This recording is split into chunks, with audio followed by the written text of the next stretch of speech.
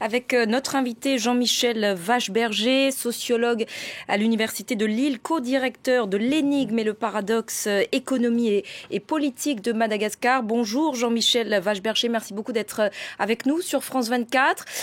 Bonjour. On l'a entendu à l'instant, Marc Ravalman donc conteste déjà d'ailleurs depuis plusieurs jours les résultats. Il appelle ses partisans à manifester. Le processus démocratique, disons, à Madagascar a longtemps été difficile avec beaucoup de crises post-électorales ces dernières années. Comment l'expliquez-vous ?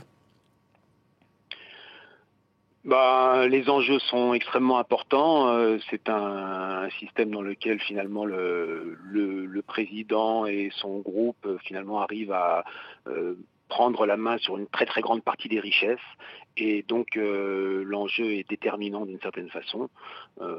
Après, c'est un échange de coups. Chacun essaye d'une certaine façon de contester la décision. La question là est de savoir si Marc Ravalomanana arrivera à fédérer suffisamment de mécontentement autour du fait qu'il n'a pas été élu pour qu'il y ait un véritable mouvement populaire, ce dont je doute en réalité. Alors justement, ces partisans ont bien l'intention de manifester samedi prochain donc pour contester ce résultat officiel donné par la commission électorale. Quel risque, quel scénario pour la suite ?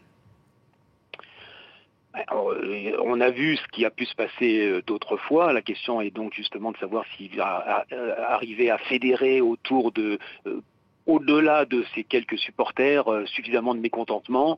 De toute évidence, sa base électorale n'est pas précisément les plus démunis qui sont ceux qui se mobilisent le plus. Et donc, c'est un risque que je prends, mais je pense qu'il n'arrivera pas à mobiliser suffisamment de mécontentement derrière lui. La communauté internationale, en tout cas, avec ses observateurs, a garanti que cette élection s'était bien déroulée, mais ce n'est pas une garantie suffisante aux yeux de l'opposition. Ils vont évidemment trouver des choses, des malversations de ci, de là, des choses qui ont dysfonctionné, mais je ne pense pas qu'il y ait de dysfonctionnement massif. Mais ils vont pouvoir se targuer de quelques éléments qu'ils vont montrer ou qu'ils ont déjà montrés pour contester l'élection. Merci beaucoup Jean-Michel Vacheberger pour votre éclairage aujourd'hui sur notre antenne. Bilal Tarabé est également avec nous en